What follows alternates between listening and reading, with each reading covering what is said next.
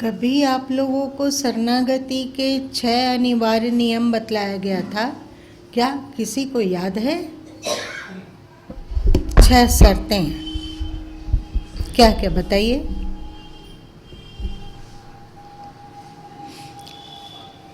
आज्ञा उनकी अनुकूलता, आज्ञा पालन, से प्रतिकूलता का त्याग,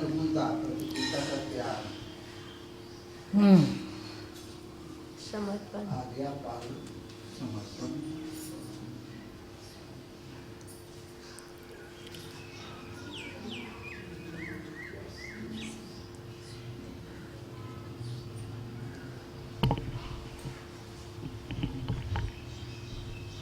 कोई बहन लोग, कोई याद है किसी को?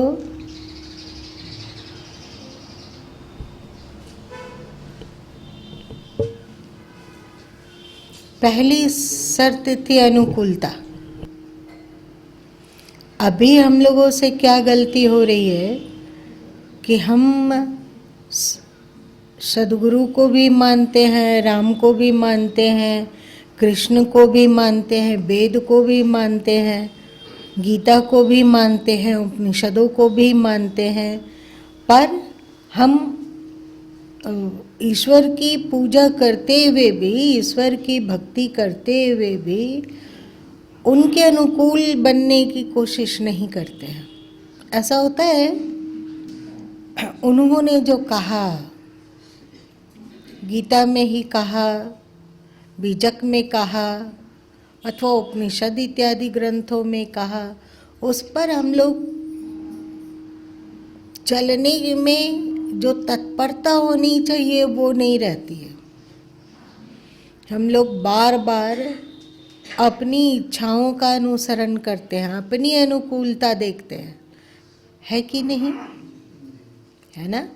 हम लोग अपनी अनुकूलता को महत्व अधिक देते हैं और सद्गुरु हों चाहे ईश्वर हों, उनकी अनुकूलता पर हम लोगों का ध्यान ही नहीं जाता है। जैसे कृष्ण को यदि कोई व्यक्ति मानता है तो प्रयत्न करना होगा कि वह गीता के सिद्धांतों को माने। ऐसे इतने सस्ते कृष्ण नहीं है कि आप राधे राधे बोलने लग जाओगे अथवा चिल्लाने लग जाओगे तो उससे कृष्ण पसीज कर आपके पास आ जाए, ऐसा नहीं है।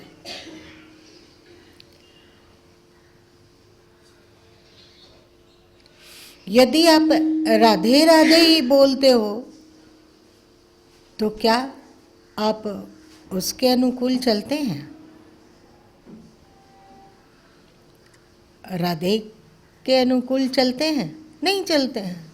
तो केवल बोलने से क्या होगा? जैसे सदगुरु कबीर साहब बीजक के 40वां शब्द में कहते हैं, क्या कहते हैं? देखिए आपके पास है बीजक।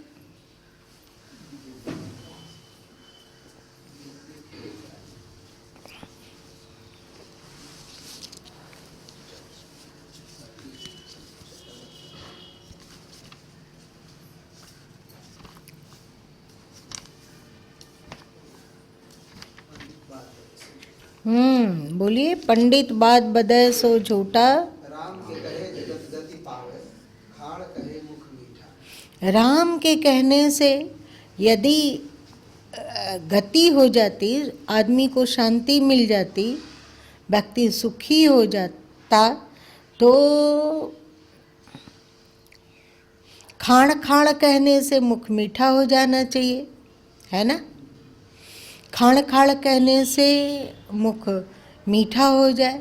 चीनी चीनी बोले, मान लिया जाए कि आपके किसी रेसिपी में जो कि मीठा है उसमें चीनी कम है, तो 2 4 6 8 बार जप लो, चीनी चीनी चीनी, गुड़ गुड़ गुड़ गुड़, और देखो कि मुंह मीठा होता है कि नहीं, है ना?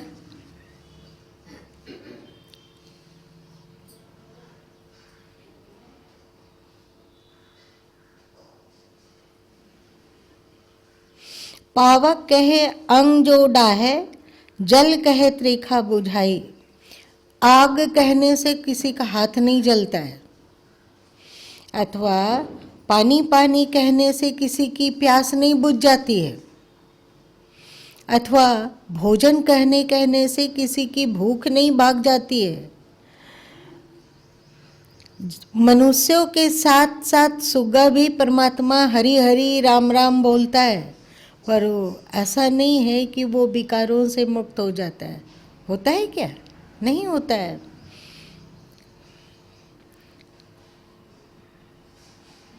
जब वो जंगल में उड़ जाता है तब उसे ईश्वर की याद भी नहीं आती है। तोते को आती है क्या? नहीं आती है।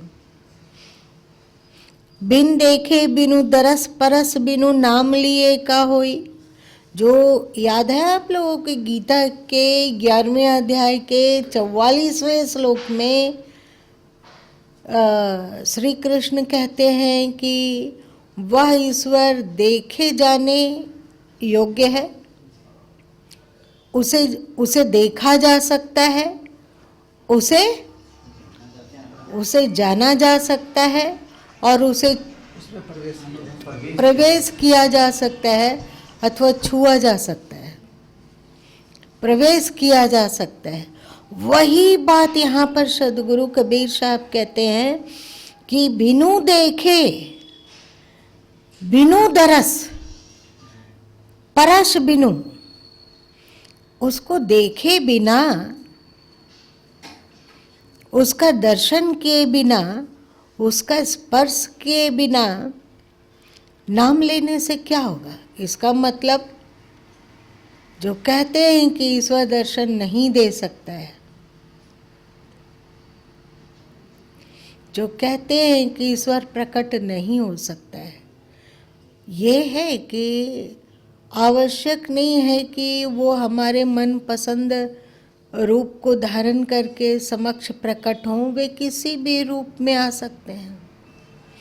आँखों में ज्ञान का काजल हो तो ईश्वर का दर्शन कहाँ नहीं पाया जा सकता है और किस में नहीं पाया जा सकता है?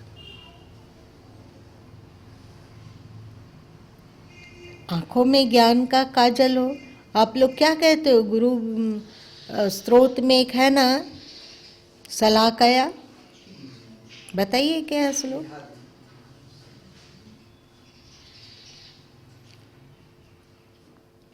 आँखों में ज्ञान का काजल सदगुरु लगाते हैं, और जब ज्ञान का काजल आँखों में हो तो ईश्वर को देखना असंभव नहीं है। इसीलिए तो सदगुरु कबीर साहब बिरहा इत्यादि का पद कहे हैं। बिरहा मतलब क्या होता है? मिलने की इच्छा, और जब तक वे नहीं मिलते हैं तो एक तड़प, इसी को तो बिरहा कहते हैं ना। तो सदगुरु कबीर साहब ईश्वर के बिरह में कातर होकर उन्हें पुकारे। अखियां तो झाई पड़ी पंथ निहार निहार, कुछ तो उनके अंतस में चल रहा होगा। हम लोग केवल सोचते हैं कि वो ईश्वर स्थूल नहीं है इसलिए उसका दर्शन नहीं किया जा सकता है। यदि ईश्वर को स्थूल में नहीं देखा जा सकता है तो फिर ये स्थूल रूप किसका है?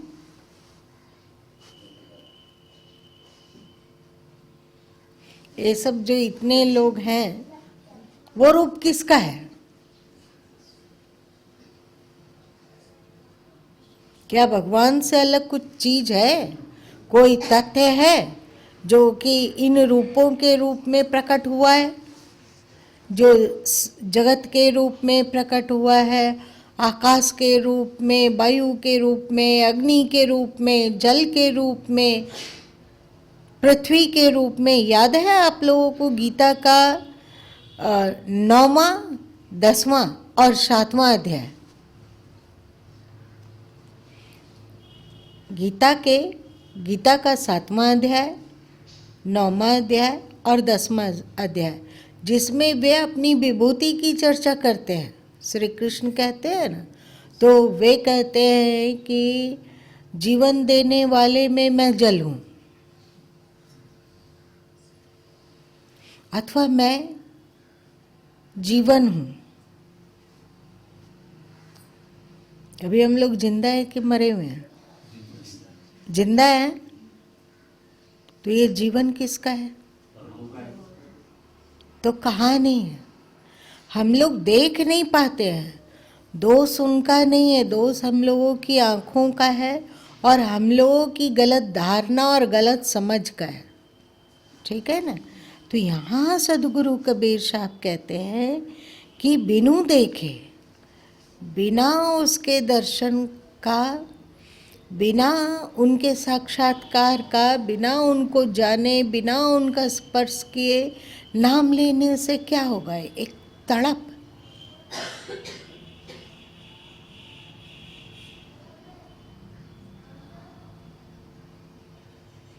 और ये तड़प कैसी होती है?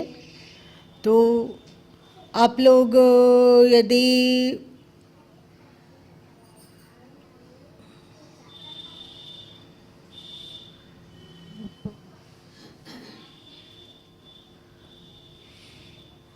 किनको देखेंगे?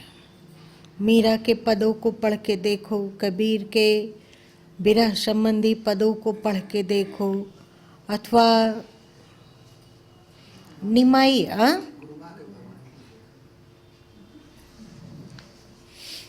एक ऐसी स्थिति थी गुरु माँ के जीवन में कि लगता था कि 1 मिनट में यदि नहीं प्रकट हुए तो दिमाग कोड़ा जैसा फट जाएगा। इतनी व्याकुलता, इतनी बेचैनी कि लगता था कि अब शायद इस देह को प्राण छोड़कर निकल जाएगा। एक अजीब तरह का पागलपन। अभी नहीं आया तो इतना ऐसा लगता था कि कब सिर पटकवा जाए, कब गिरवा जाए, कब दीवार में ललाट घिसाने लगे, होश भी नहीं रहता था। एक विकलता, इस विकलता से बचने के लिए गुरु माँ एक प्रार्थना किए हैं। क्या है वो? जब तक तू न मिलो तब तक नींद दे सुलाए। जब तक तुम नहीं मिलते हो, जब तक तुम प्रकट नहीं होते हो, जब तक तुम साक्षात नहीं आते हो, तब तक हमें सुला दो, क्योंकि जाग कर ये बेचैनी और ये तड़प और ये विरह नहीं सहा जाता है। क्या है इस भजन का प्रारंभ? यही प्यारे अब न विरह सहा जाए। अब नहीं विरह सहा जाता है, अब उसे झेलना नहीं, पागल जैसा लगता है। सुला दो हमें, कोमा में ले जाओ, बेहोश कर दो, नींद दे दो, और जब तुम प्रकट होगे तब फिर हमें कोमा से निकाल लेना, नींद से जगा लेना। ये बेचैनी ये इसीलिए आती है कि वो ईश्वर या तो प्रकट हो सकता है किसी भी रूप में। एक बार आप लोगों को याद है बतलाए थे कि यदि कोई बीमार है और दूर में अपना इलाज करा रहा हो और उसको परेशानी जैसा लग रहा हो, लगता है कि जिएंगे कि नहीं जिएंगे, और वो यदि गुरु माँ को पुकारता है तो उसे दिखता है। आप लोगों में से कोई अनुभव किया है इसको? आप भी अनुभव किए? बहन लोगों में किए?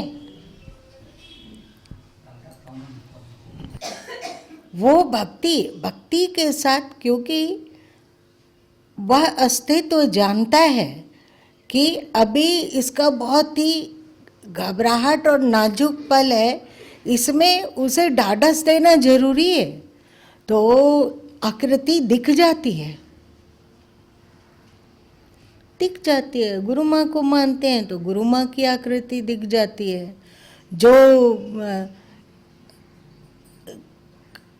कृष्ण का वाहन करते हैं तो पता नहीं कृष्ण दिखते हैं कि नहीं। पर संत सदगुरु में तो ये अनिवार्य है कि वैसे आप पुकारते रहो तो उतना एहसास नहीं होता है उनके निकटता का अथवा उनके अस्तित्व का। पर किसी परेशानी में हो, किसी मुसीबत में हो और वहाँ पर यदि याद आ जाएं वे, तो उनका संतावना भरा आकृति उभर आएगी। कभी वे आशीर्वाद देते हुए दिखते हैं और कभी मुस्कुराते हुए, और फिर ओझल हो जाते हैं। तो वही अस्तित्व, वही ईश्वर आपकी भक्ति के अनुसार आपको दर्शन देता है और देता है।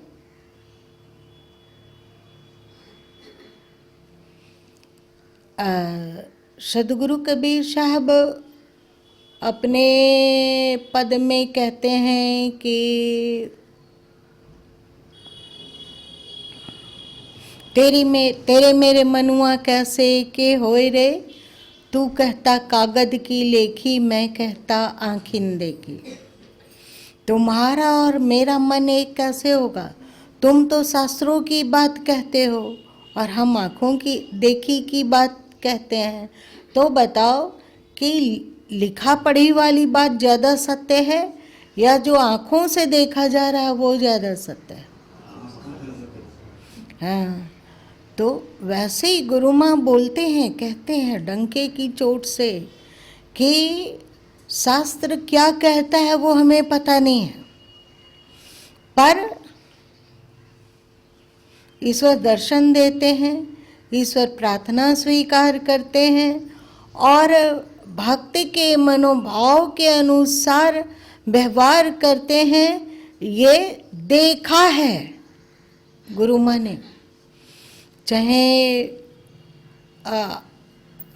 उस समय होली इत्यादि का त्यौहार हो, एक भजन है ना, बता मैं किसके संग खेलूं होली, है ना। तो माँ सब कुछ ला के सामने रख दे कि खा लो, और लगता है कि वो भी आता तो अच्छा होता, वो भी साथ रहता, उसे भी होली मनाना था, वो भी होली मनाता। ठीक है कि उस समय आयु छोटी थी, 14-15 साल।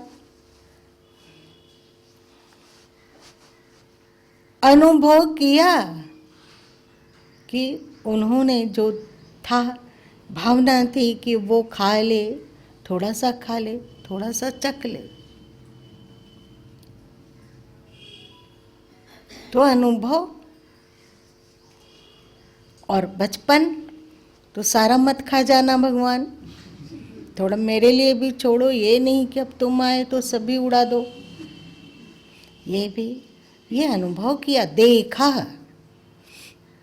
इसलिए शास्त्र में क्या है जाने दो, पर जो गीता में श्री कृष्ण ने कहा कि उस ईश्वर को देखा जा सकता है, जाना जा सकता है और उसमें प्रवेश किया जा सकता है।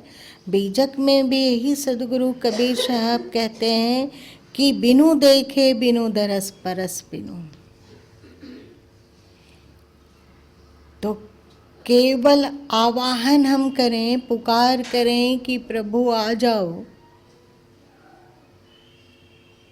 प्रभु आ जाओ, हमारे सामने प्रकट हो जाओ, हमें दर्शन दे दो, तो तुम्हारे पुकारने मात्र से वे नहीं आते हैं, वे तुम्हें कसौटी में कसेंगे।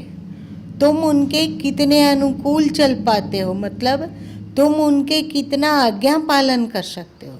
आपातकालीन परेशानी में तो वे प्रकट हो सकते हैं, वो भी एक सूक्ष्म झलक, जो कि लगेगा कि ये हमारी कल्पना थी कि सच था, ऐसा हो सकता है। पर जो उनसे दोस्ती है, सदगुरु कबीर साहब कहते हैं ना, बालापन के दोस्त हमारे, बालापन के मीत हमारे, हमें तेजी कहाँ चले हो सकारे, है ना। वे जो जिनसे हमारी दोस्ती अनादि काल से है, वे हमारे अपने हैं और हम उनके हैं, क्योंकि हमारा और उनका कभी वियोग नहीं होता है। होता है? आप जिसे अपना मानते हैं, क्या वो आपके साथ आपके बाथरूम में जा सकता है? ले जाओगे बेटा को, बेटी को? नहीं, वो बाहर छूट जाता है। पर वो ईश्वर आपके साथ होता है कि नहीं? होता है। अब जैसे भी हो, जहाँ भी हो, वो साथ है।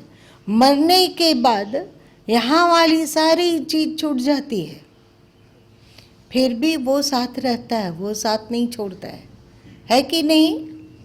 वो साथ है। ईश्वर भले ही सर्वसमर्थ हो, पर इतना उनमें सामर्थ्य नहीं है कि हमें त्याग कर हमसे दूर हो जाए। है उसमें सामर्थ्य? अरे हम लोगों के वे अंग संग हैं, वे हम लोगों के अपने आपा हैं। प्रकट होने के लिए वे कसौटी देते हैं। क्या? अनुकूलता को स्वीकार करो, जिसमें जो धर्म कहता है, जो गीता कहती है, जो बीजक कह रहा है, जो सदगुरु कह रहे हैं, उसके तुम कितने अनुकूल हो पाते हो?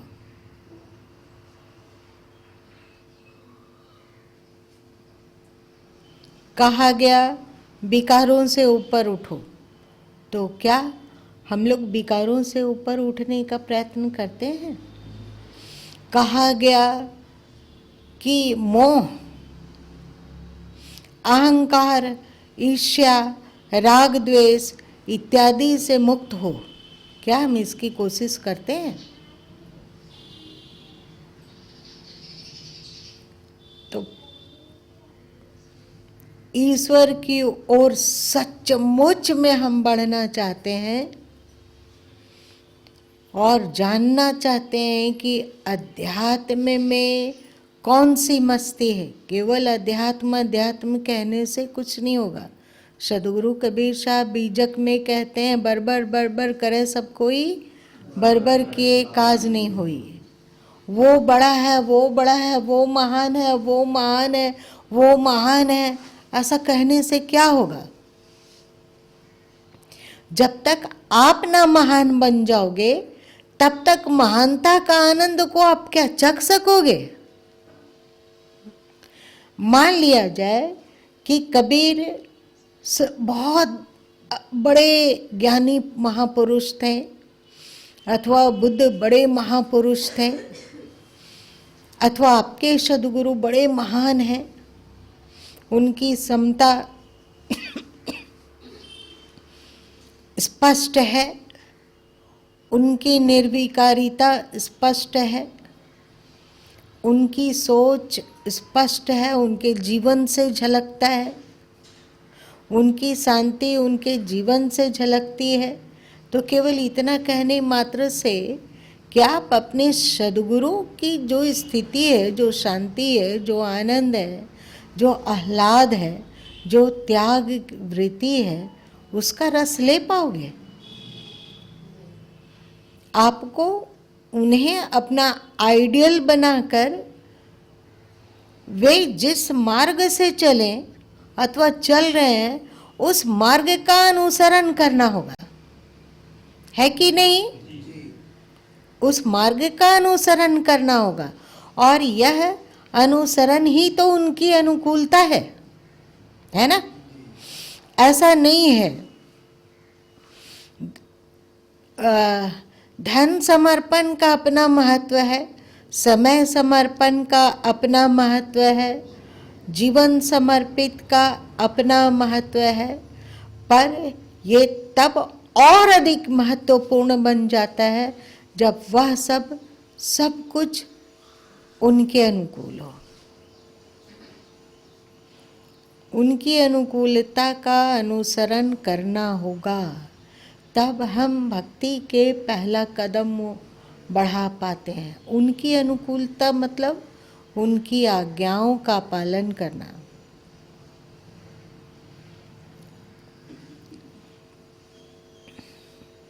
आप लोग को बताया गया था कि वैसे तो भारत में अनेकानेक शास्त्र हैं, पर आपका हिंदू धर्म त्रय, क्या बताइए बताइए, भूलिए मत, त्रय शास्त्रों को गीता, उपनिषद और ब्रह्मसूत्र। आपके ऋषि मुनि कहते हैं कि आप तीनों शास्त्रों को सामने रखिए। अभी आप लोगों को गीता से तो परिचय हो गया है, पर अभी ब्रह्मसूत्र और उपनिषदों से परिचय नहीं हुआ है। लेकिन आप ये जान सकते हैं, समझ सकते हैं कि उनका सार संग्रह गीता में है। तो आप गीता के तराजू में तौल लो कि ये आपका सही कर्म है, सही वचन है, सही मन है कि इसमें सुधारने की आवश्यकता है। नहीं देख सकते हैं। तो ये हो गया अनुकूलस्य, अनुकूल होना। आप भक्ति के मार्ग में एक कदम आगे बढ़े कि नहीं, हमें तो उनके अनुकूल चलना है, ये हमारा संकल्प है कि हम तो उनके अनुकूल चलेंगे। और जैसे ही संकल्प लेते हैं हम लोग कि हम उनके अनुकूल चलेंगे, तो हम लोगों का मन उपेक्षित होता है कि और अधिक शक्तिशाली हो जाता है, उपेक्षित होता है। फिर मन को हम दरकिनार करने लग गए हैं कि अब मन के कहे अनुसार नहीं, उनके कहे अनुसार चलेंगे। जैसे ही संकल्प लेते हैं, मन का पंख सिकुड़ने लग जाता है, और सब दुख सुख को उत्पन्न करने वाला तो मन ही है ना। तो मन को हम इस तरह दरकिनार करते जाते हैं कि श्री कृष्ण ने कहा समत्वम योग उच्यते, सुख दुख समय कृत्वा लाभा लाभो जया जयो ततो युद्धाय युजस्व नैवं पापम उपास्यसि योगस्तु कुरु कर्माणि संगम त्यक्त्वा धनंजया। एक ही लाइन ले लो ना, योगस्त कुरु कर्माणि संगम त्यक्त्वा धनंजया। योगस्थ होकर कर्म को करो। अब योगस्थ कैसे होंगे?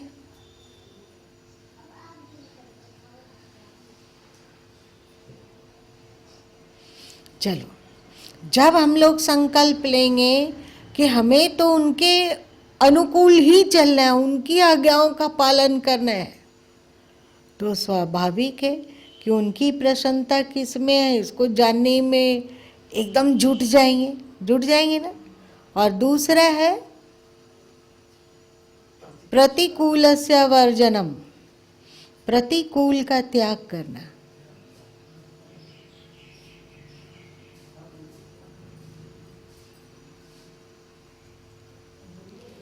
ये मिठाई खा लेना मेरे अनुकूल है, पर उनको पसंद नहीं है कि हम मिठाई खाएं, तो क्या करेंगे?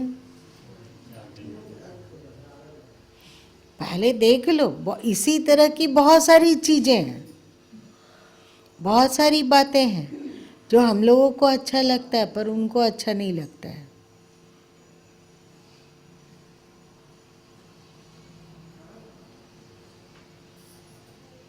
इसीलिए तो मीराबाई शायद परेशान होकर गाई थी कि मैं जो जानती प्रेम किए दुख होए, नगर ढिंडोरा पीटती प्रेम करो मत कोई। मैं जानती कि ईश्वर से प्रेम करने पर दुखी मिलता है, तो नगर में ढिंडोरा पीट देती कि उस ईश्वर से कोई प्रेम ना करो। उनसे अधिक प्रेम होने पर क्या होता है पता है? वो स्वामित्व वाला भाव जो कि गीता में आप लोग को सुनाए हैं, क्या उपद्रष्टा भर्ता भोक्ता महेश्वरा, तो वो केवल देखेंगे नहीं, केवल अनुमति नहीं देंगे, सलाह जिसको कहते हैं कि तुम ये करो, ये सलाह नहीं देंगे तो क्या करेंगे? जब जब तुम प्रतिकूल चलोगे एक धौल लगा देंगे। धौल किसको कहते हैं?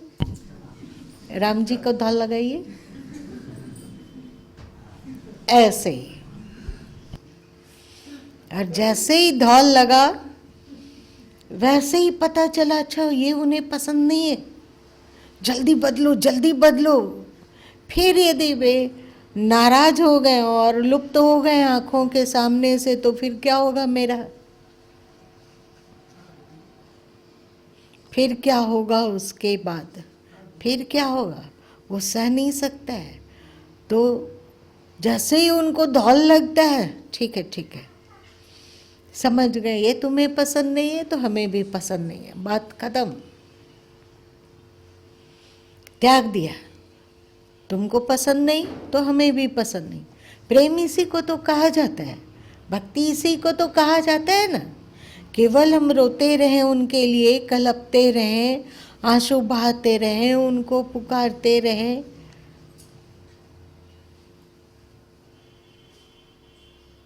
उसकी तुलना में उनके अनुकूल, उनकी आज्ञा का पालन और उनके जो जो प्रतिकूल है उसका त्याग।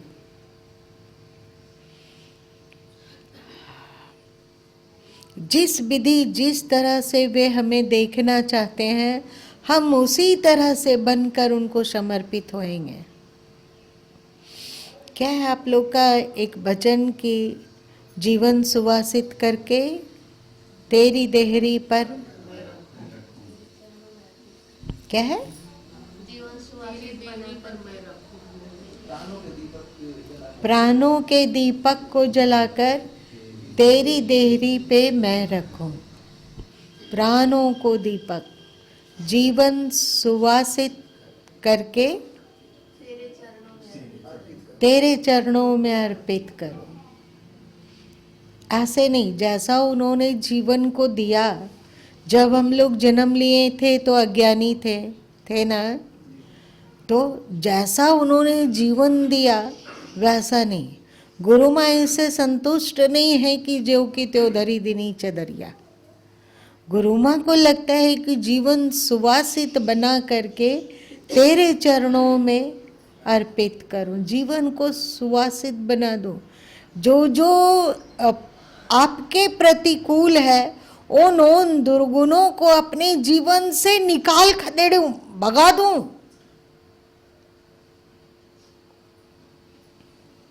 उसे जीवन से एकदम खदेड़ दूं।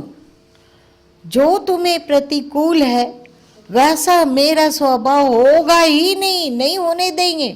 वैसा कोई कर्म नहीं होगा, नहीं होने देंगे।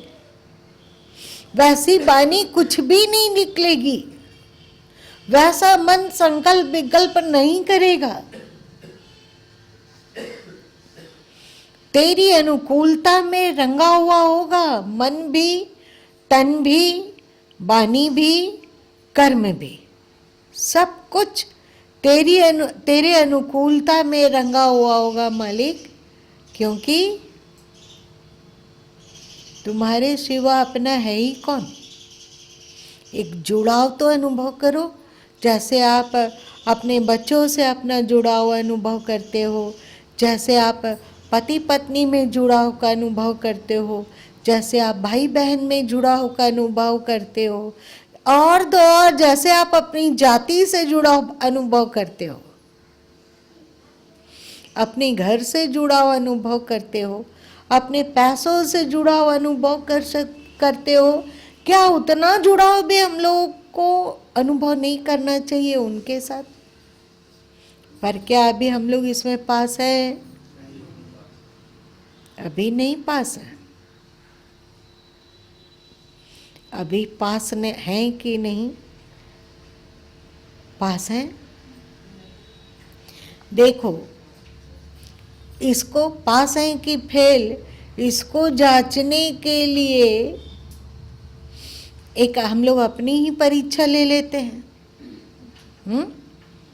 एक परीक्षा ले लेते हैं कि यदि ईश्वर प्रकट हो जाए और बोले कि तुम अपने घर द्वार संतान, रिश्ते नाते सबको छोड़कर चलो हिमालय, लेकिन शर्त ये है कि ना तुम उसकी खोज खबर लोगे, ना ही उसे मोबाइल से बात करोगे और ना उसको याद करोगे। कर सकेंगे? आसान नहीं, आसान नहीं है। मतलब इन लोग इनसे ज़्यादा जुड़ा हुआ है, उनसे कम जुड़ा हुआ है। ये जो मिलने और बिछुड़ने वाली चीज़ है, जो मिलती है और बिछुड़ जाती है, कभी जब तक जिंदा हैं तब तक अपने हैं, फिर मृत्यु हो गई तो वे अपने कहाँ रहे? आप लोग के माता पिता हैं क्या? हैं? क्या लगता है वे जहाँ गए होंगे वहाँ वे आप लोगों को याद करते होंगे? नया परिवार, नए बच्चे, नए पति, नई पत्नी, सब कुछ नया नया। तो हम लोग की भी एक दिन यही स्थिति हो जाएगी कि जिस चीज़ को, जिस वस्तु को, जिस परिवार को, जिस घर मकान को, जिस धन को हम अपना समझते हैं, एक दिन ऐसा आएगा कि उसकी याद भी नहीं आएगी। हमारे साथ वे लोग नहीं जाएंगे, हमारे साथ हमारा संस्कार, हमारे कर्म, हमारा मन, हमारा विचार साथ जाएगा और हमारे प्रभु साथ जाएंगे। पर सदगुरु कबीर साहब कहें कि साहब से परिचय नहीं, बैठोगे कि हिठौर। अरे भाई, जब तक जीवित रहे, जो बिछुड़ जाने वाला चीज था उसके तो आगे पीछे डोलते रहे, उससे तो खूब परिचित हुए, पर साहब से परिचय नहीं, पर उस ईश्वर से तुमने परिचय नहीं किया। परिचय नहीं किया तो मृत्यु के बाद अनचिन रहो क्यों न चिन्हारे, सो कैसे पहचाने हो। तुमने उनको पहचाना नहीं, उन्होंने जीवन दिया, उन्होंने श्वास दिया, उन्होंने आयु दी, उन्होंने सत्संग दिया, उन्होंने ज्ञान दिया, एक नंबर की फर्स्ट क्लास की बुद्धि दी, मन दिया ना। लेकिन इसके द्वारा तुमने उससे परिचय प्राप्त नहीं किया, अनचिन्ह रहो, उससे उनको अनचिन्ह ही रहने दिया। सो कैसे पहचाने हो? अब तुम मर के जा रहे हो वहां सब कुछ को छोड़ छाड़ के, तो वो भी वहां तुम्हें पहचानने से इनकार कर देंगे। अनचिन्ह रहो क्यों न चिन्हारे, सो कैसे पहचाने हो। साहब से परिचय नहीं, बैठोगे कि हिठौर। उस ईश्वर से परिचय ही नहीं है तो वहाँ तुम नहीं रह सकोगे। जहाँ धरती को छोड़कर जाना है तो वो ईश्वर क्या करेगा तुम्हें कि जाओ, जिसको पहचानते हो वहाँ ही जाओ। और वहाँ से हम लोगों को धरती पर फेंक देते हैं। फिर जिसको पहचाने, वासनाओं को पहचाना, विकारों को पहचाना, मोह को पहचाना, परिवार को पहचाना, जाओ। कब तक? कब तक? जब तक उससे परिचय नहीं हो जाता। जब तक तुम धरती पर आकर उनसे परिचय प्राप्त करने का पुरुषार्थ नहीं करते, तब तक वे तुम्हें धरती पर लौटाते जाएंगे। और एक बात है जो बड़ी कीमती है। कभी कभी आप देखते हो, आज के समय में खास करके देखा जाता है कि बच्चे लोग अपने माता पिता को एकदम सेकंड दर्जे का अपना समझने लग जाते हैं। बड़े होते हैं तो यही हो रहा है। ऐसा क्यों है?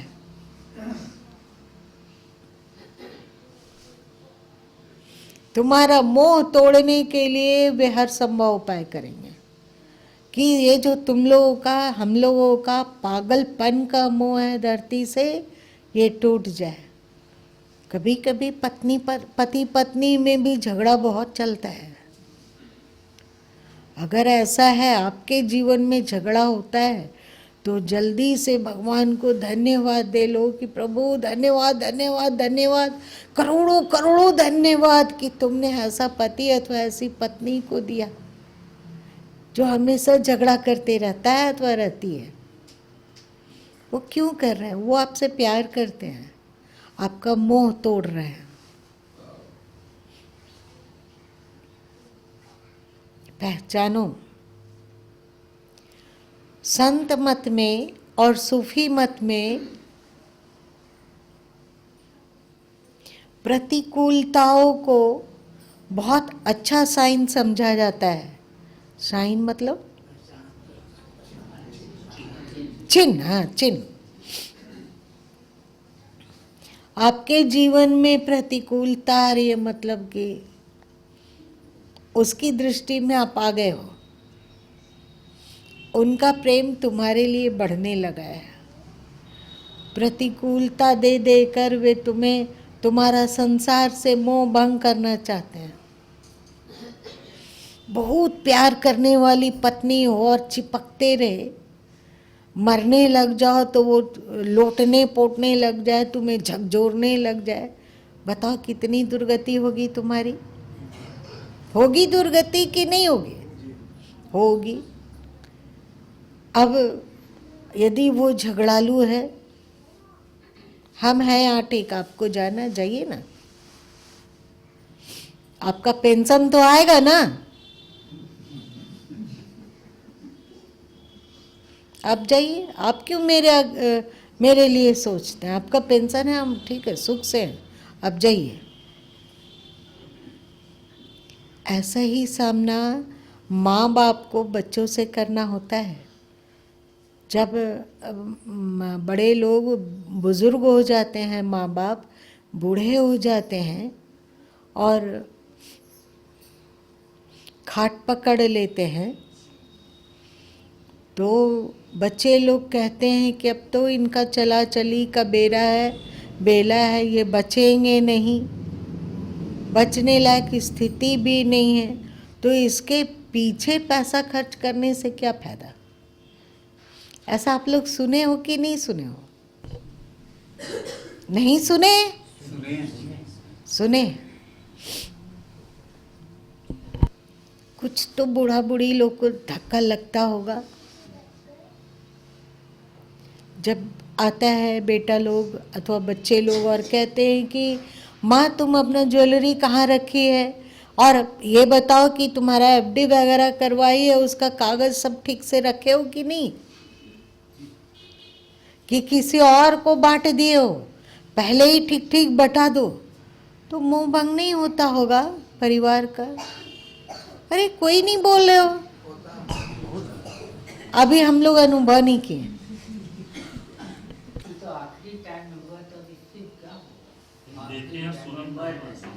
सुन जाना गया ऐसा हम लोग के साथ हो तो कैसा लगेगा? मोह टूटता है। तो संत मत में और सूफी मत में प्रतिकूलताओं को श्रृंगार की तरह स्वीकार किया जाता है, और वो प्रतिकूलताएं भगवान चुटकी में दूर कर देते हैं जब हम लोग उनके अनुकूल हो जाते हैं। हम उनकी प्रतिकूलता का त्याग करते हैं तो वे भी हमारी प्रतिकूलता को लाने का त्याग कर देते हैं। ये क्या मतलब हुआ कि आप उनके प्रतिकूल और प्रतिकूल और प्रतिकूल चलते रहो और भगवान से कहते रहो कि प्रभु मेरे अनुकूल सब कुछ कर दीजिए, मेरे अनुकूल सब कुछ कर दीजिए। वे आपकी बात क्यों सुनेंगे? आप लगते कौन है उनके? आप जिसके लगते हैं जाओ उसको बोलो कि वे आपकी प्रतिकूलता को दूर कर देंगे। ये तो स्पष्ट है लेन देन। तो भक्ति का तात्पर्य राम राम चिल्लाना अथवा और कोई ईश्वरवाचक नाम को जोर जोर से चिल्लाना नहीं है। असली भक्ति है कि आप उनके अनुकूल और उनके प्रतिकूलता का त्याग कर दें। और जब आप उनकी प्रतिकूलता का त्याग कर देंगे तो आपके जीवन में प्रतिकूलता का आना बंद है। और यदि कोई प्रतिकूलता आएगी भी, जैसे जॉइंट पेन आ गया अथवा और कोई रोग बीमारी आ गई, तो ऐसा मनस्थिति बना देंगे कि उसमें दुख भी नहीं होगा। है, इलाज किया जा रहा है ना, बस हो गया, छोड़ो बात, समता आ जाइए। यदि आपको 1 लाख रुपए की लॉटरी लग जाए तो ऐसा नहीं कि कोई खिलावट है। अब तुम कहोगे 1 लाख तो आ गया, पर अब इसको खर्च कहाँ करें? संसार छूटने वाला है, तो उनकी अनुकूलता में क्यों न, कैसे ये धन लगेगा, इस धन का क्या उपयोग करें कि वो उनके अनुकूल होगा, उनके अनुकूल पड़ेगा। एक तरह का ये जिम्मेवारी है, एक तरह का ये बोधरेशन है। इसलिए यदि भक्त के पास अनायास 1 लाख की लॉटरी लग गई तो भी उनका बोधरेशन बढ़ा। यदि 1 करोड़ की लॉटरी लग जाती है तब तो बोलो मत, भक्त प्रसन्न नहीं होता है। वो हाय हाय करता है कि भगवान इतनी जिम्मेवारी, इसे कहाँ लगाऊं? ऐसा कौन सा कार्य है जिसमें लगाऊं तो वो आपके अनुकूल होगा, आप उससे खुश होंगे। अपने मन की अनुकूलता और मन की प्रसन्नता की तो बात ही जाने दो, उनकी प्रसन्नता। ऐसा इतना बोधरेशन कौन लेता है? तो इस तरह न हर्ष और न विषाद, तो आप हो गए क्या? समत्वम योग उच्यते, समता में आ गए। वे परिस्थिति, वे सब कुछ अनुकूल कर देंगे, पर यदि प्रारब्धवश, कर्मवश, भाग्यवश जीवन में अनुकूलता और प्रतिकूलता आती हो तो उसमें कोई हर्ष नहीं, और प्रतिकूलता आती हो तो उसमें कोई विषाद नहीं। ये स्वाभाविक ही आएगा। मात्र भक्ति के 2 सूत्र को अपनाने से कितना काया पलट हो गया पता हुआ। इस मार्ग पे आप चलोगे तो आपकी भक्ति पुष्ट होगी। इस 2 को भी यदि हम लोग अपना पाते हैं तो उनके लिए रोओगे तो वे आंसू पोंछने अवश्य आएंगे।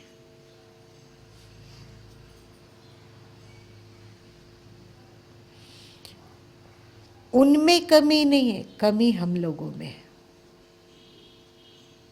है ना। इस बात को भक्ति तत्व की विवेचना करने वाले संत नहीं बतलाते हैं। वे कहते हैं कि आप कीर्तन करो, वे कहते हैं कि आप इतना जाप कर लो, वे कहते हैं कि आप इतना कर्मकांड करो, ये व्रत करो, वो उपवास करो, इसको तो बतला देते हैं, पर ये नहीं बतलाते हैं कि उनके अनुकूल चलो और उनकी प्रतिकूलता जिसमें होती है उसका त्याग कर दो। बहुत कम भक्ति की विवेचना करने वाले इस बात को कहते हैं। और भक्ति की विवेचना करने वाले यदि इस बात को कहने लग जाएं तो आदमी का जीवन कितना पवित्र हो जाएगा, है ना, कितना पवित्र हो जाएगा। आज अध्यात्म की, धर्म की, सत्संग की कोई कमी नहीं है, पहले तो आदमी संत के पास जाता था तब सत्संग सुन पाता था। आज मीडिया के कारण आप मोबाइल में सुन सकते हैं, टीवी पर सुन सकते हैं, धर्म के अनेक चैनल्स हैं, उसमें रात दिन संत लोग आते रहते हैं, पर वे ये ज्ञान नहीं देते। इसलिए जिस अनुपात में लोग सत्संग सुन रहे हैं, आप देखिए सुधांशु जी के यहाँ भीड़ कितनी लगती है ना, उनका सत्संग सुनने। आशाराम बापू जी थे, उनकी भीड़ इतने लोग सत्संग सुन रहे हैं। लेकिन जब लोगों के जीवन को झांको तो वैसे ही राग, वैसे ही दुख, वैसे ही रोना कल्पना, वैसे ही हाय हाय करना, मतलब उनमें कोई परिवर्तन नहीं आया। तो क्या सत्संग सुनना मात्र टाइम पास करना है? क्या है सत्संग सुनना? क्या टाइम पास करना है, या सत्संग के द्वारा कुछ सीख कर उसे अपने जीवन पर अप्लाई करना है? इस दो सूत्र को यदि हम लोग अपने जीवन में उतार लेते हैं, फिर क्या काया पलट होता है उसको सुनो नहीं, उसको स्वयं देखो और अनुभव करो। इस दो जीवन सूत्र को हम लोग पकड़ सकते हैं। असुविधा पकड़ने की कोशिश कर सकते हैं कि नहीं? पकड़ने की तो कोशिश कर ही सकते हैं। उसके बाद देखो कि जिस शांति के लिए हम लोग भटकते हैं, जिस सुख के लिए हम लोग भटकते हैं, वो कैसे हमारी गोद में मिलती है। देख लो अनुभव करके। आज इतना ही रहने दो।